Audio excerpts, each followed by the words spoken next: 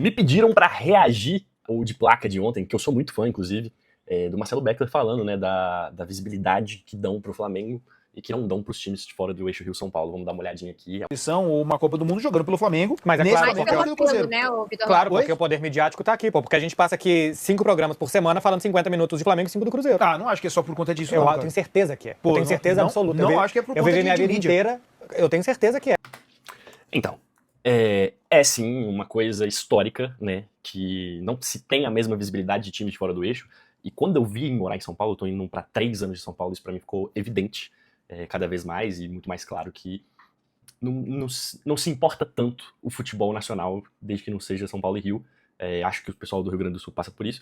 E é cultural, tá? Não é a questão de um programa isolado, de outro programa isolado, é cultural. Se você pega uma entrevista antiga do Bruno Formiga falando o porquê que ele torce pro Flamengo e quais jogos se passavam na televisão no Ceará na época em que ele era criança, ele fala que passava praticamente só os times do Rio de Janeiro e Flamengo e Vasco naquela época eram os times que mais evidentes, né?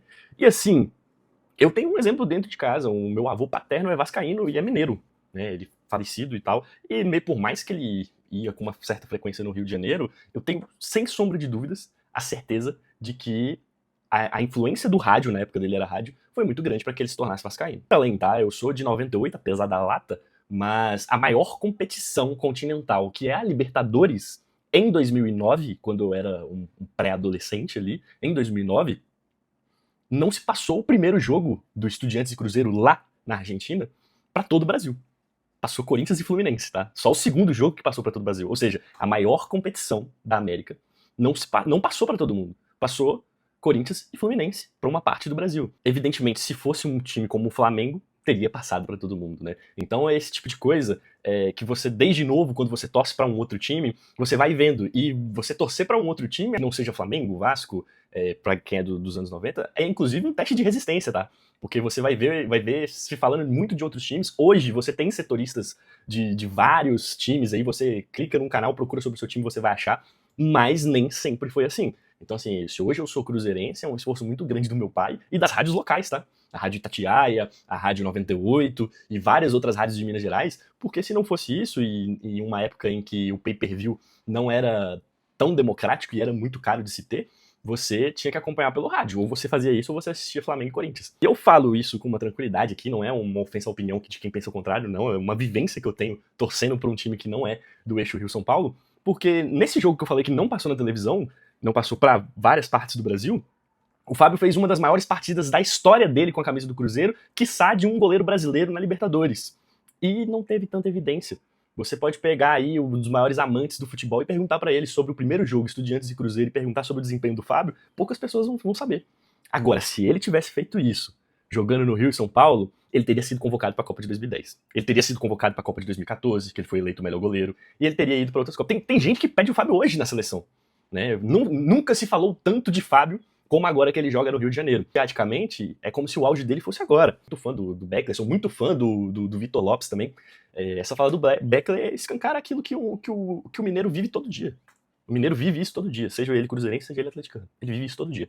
Assistir ali aquela pontinha que fala do seu time em 5 minutos e procurar os setoristas, né? Não à toa os setoristas estão cada vez mais em evidência.